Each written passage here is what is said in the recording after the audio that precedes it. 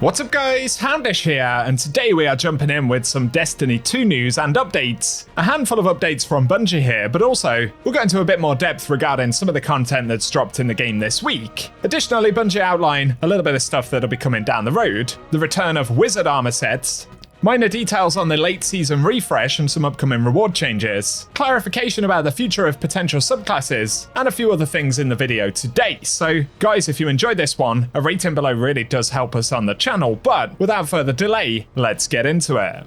Firstly, some minor updates here regarding future updates, but players pointed out Bungie hadn't acknowledged that enhancing the recycled energy perk actually breaks it entirely and it basically just does nothing anymore. So DMG said, acknowledged, and we'll follow up with the team. So of course it's joining a sort of long list of issues, but possibly one that we'll get an update for in the near future. Next up though, DMG teased that the wizard outfits, the ones from Festival of the Lost, were actually getting the set that was never released in last year's event. So that's pretty cool, but he teased that it will be coming soon. They are listed for Act 3 on todayindestiny.com, so they're going to show up in the Eververse store. We can see they'll cost 1500 silver, but there's also a bright dust option listed, much like we would get for an event set. So I guess choose your currency and they'll be showing up at some point in the near future. In terms of future updates though, the Destiny 2 team said, before you ask, the Inquisitor will return after May 6. That's in reference to Trials, and it's a further confirmation that the updated weapon will be part of a late season refresh, as Bungie outlined before Heresy actually dropped. So I don't know if this will affect any other rewards in the game being added, outside of the Rite of the 9 weapons of course, and I think there's going to be 12 of those, so plenty of stuff to go after in PvE. Otherwise, this one being added to Trials, of course Inquisitor is an arc precision slug shotgun, and they previously teased the left column can now get Envious Assassin, Lone Wolf, Offhand Strike, as well as Loose Change, Perpetual Motion, Slide Shot, and Threat Detector. And then for the right column, Bait and Switch, Closing Time, Cascade Point, Fragile Focus, but also Jolting Feedback, Opening Shot, and Precision Instruments. So let us know if you're looking forward to that one. The first trials after the launch of Rite of the 9 will indeed be on May 9th, so something to look forward to on that front. I think as well, Iron Banner will be next week again for the 29th of April. So a couple of updates there. Otherwise, given that Bungie announced they would take away the early Rite of the 9 weapons some of us got access to a few weeks back, some players spoke about how much they actually like that really basic aesthetic for the weapons. Perhaps too basic for the Rite of the 9 ones, given that they were incomplete models, but DMG said the team is looking at a shader opportunity for a similar feel in the future. Maybe not blocky, but still fun. And of course, shaders don't generally change geometry, so that makes sense, but potentially a shader coming down the road that'll at least give a slightly similar feel.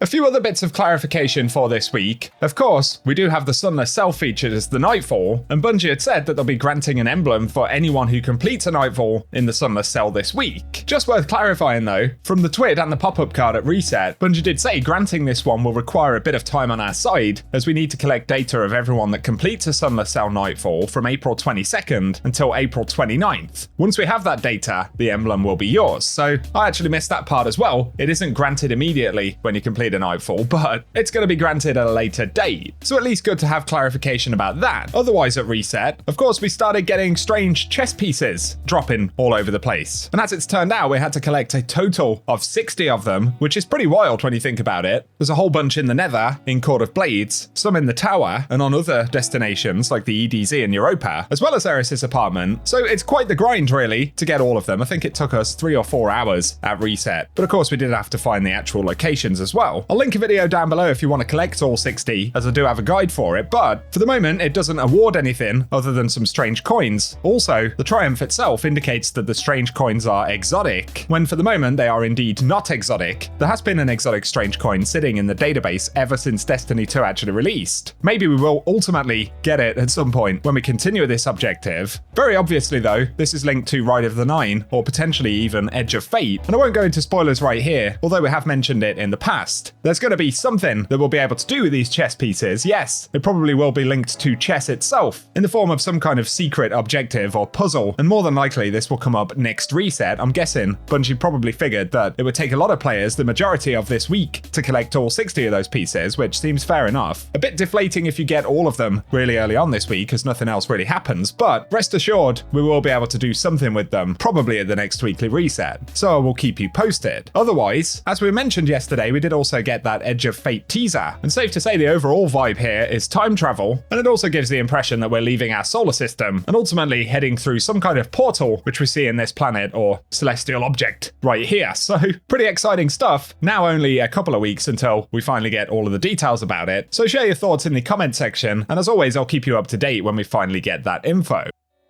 A few final things to round up here though, and as Destiny Bulletin outlined, following an Astacross video a few days ago, there had been speculation once again about a Red Darkness subclass. This comes up quite often, and it has for the last couple of years. And according to Cross, the Bungie devs had said there will be no Red subclass, it was never going to be a thing, and it won't be a thing. So don't expect it in the near future, although on that basis, if we're still getting expansions for the game in 2026, I would rule absolutely nothing out. Bungie know the game they're playing here, man. Anyway, next thing, a quick mention, but apparently the Destiny 2 Volume 1 vinyl is dropping soon, of course, for the Destiny soundtrack, and it includes an LP on classic black vinyl, as well as a gatefold jacket with spot UV glass, and a credit insert for those who like physical music formats. So pretty cool if you're really into the Destiny soundtrack. And of course, you actually have a record player that can spin that thing. Yeah, something to look out for, and I'll link details about it down below.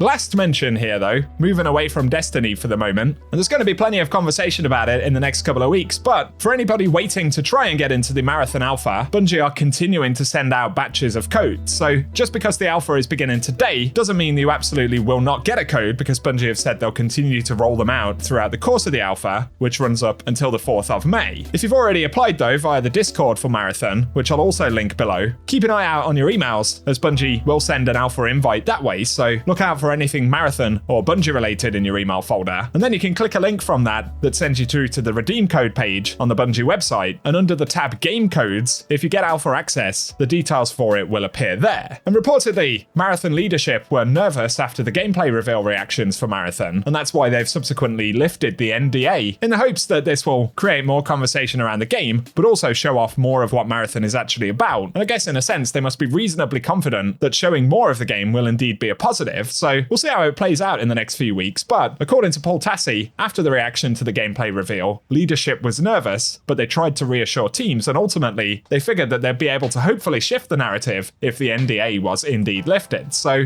if you are interested in Marathon, that's going to mean a lot more gameplay and details coming out in the next few days in particular. But I'll link the Marathon Alpha blog down below if you want all of the details on how to try and get access to it. For today though guys, that's what we have to speak about. So if you've enjoyed the video, a rating below really does help us on the channel. Get subscribed as well, and that way I can keep you up to date with everything related to the game. And of course, the impending announcements regarding Edge of Fate, Rite of the Nine, and some other content that we'll get through the rest of this year. So keep your eye out for that, but if you've enjoyed the video, a rating really does help us out as well. And otherwise, I hope you guys have an awesome day.